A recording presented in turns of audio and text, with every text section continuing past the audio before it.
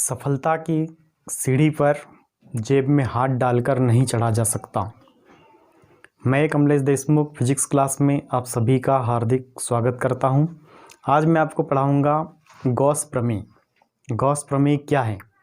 ये कक्षा 12वीं का बहुत ही महत्वपूर्ण क्वेश्चन है। Gauss theorem.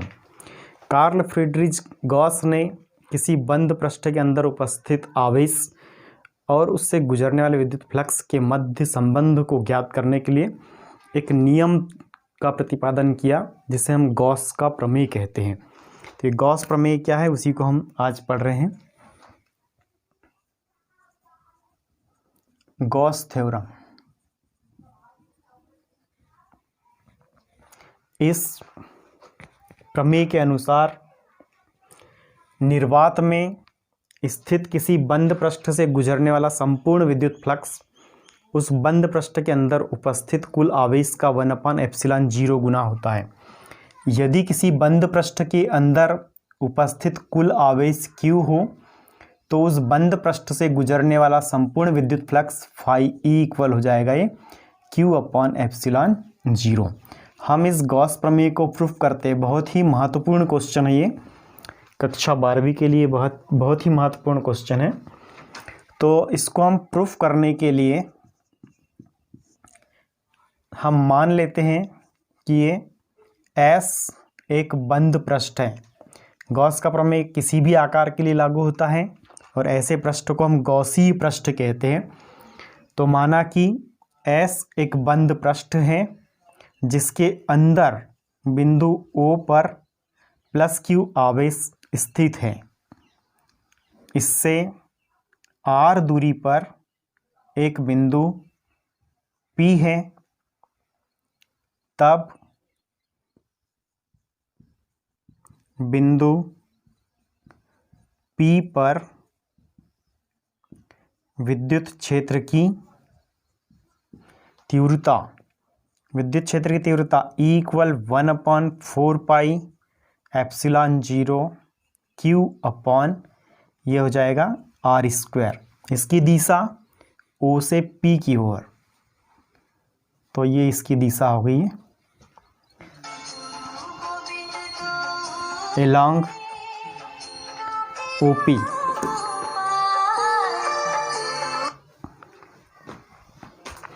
अब इस बिंदु P को घेरे हुए एक अल्प पृष्ठ ds की कल्पना करते हैं, जिसके क्षेत्रफल ds की दिशा इस पृष्ठ पर खींचे गए अभिलंब के अनुदिश होगी।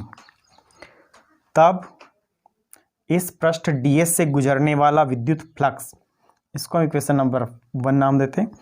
तब इस पृष्ठ ds से गुजरने वाला विद्युत फ्लक्स, तो ये विद्युत flux d phi E equal हो जाएगा ये E vector dot ds vector.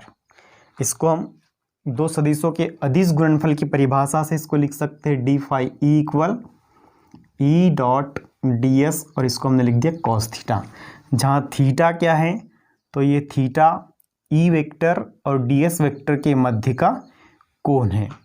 अब हम समीकरण 1 की सहायता से इसमें E की वैल्यू पुट करते हैं। तो ये d phi E equal E की वैल्यू 1/4πε0 और Q/R², और बाकी पहले से हमारे पास में ये ds cos थीटा।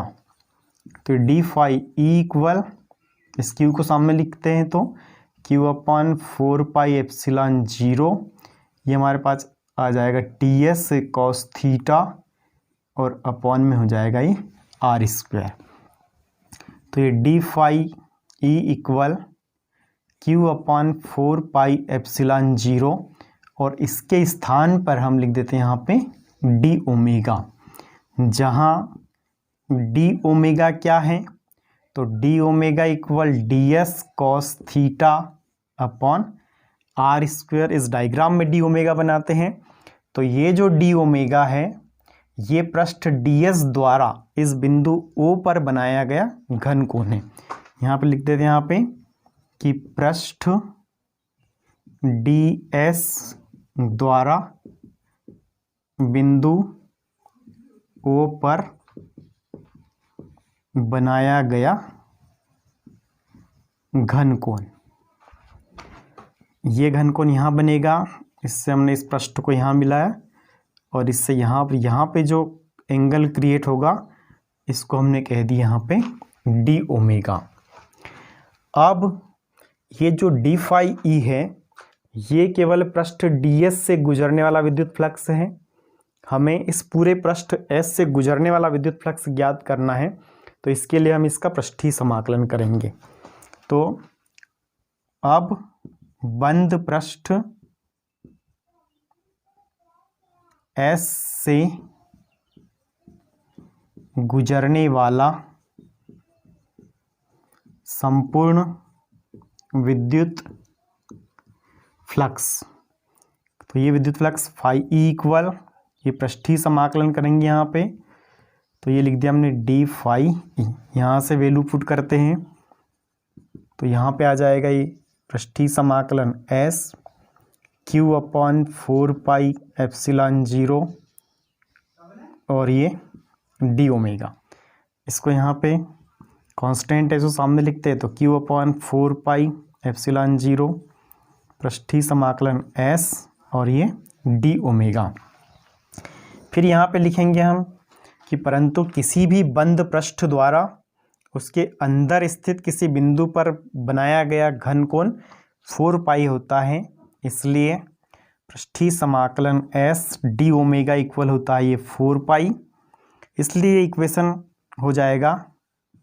अतः phi E equal Q upon 4 pi epsilon 0 और इसके स्थान पर हम लिख देंगे 4 पाई। 4 पाई से 4 पाई कैंसिल, तो phi E equal Q upon epsilon 0 और यही गॉस का प्रमेय है कि निर्वात में किसी बंद पृष्ठ से गुजरने वाला संपूर्ण विद्युत फ्लक्स उस बंद पृष्ठ के भीतर उपस्थित कुल आवेश का 1/एप्सिलॉन 0 गुना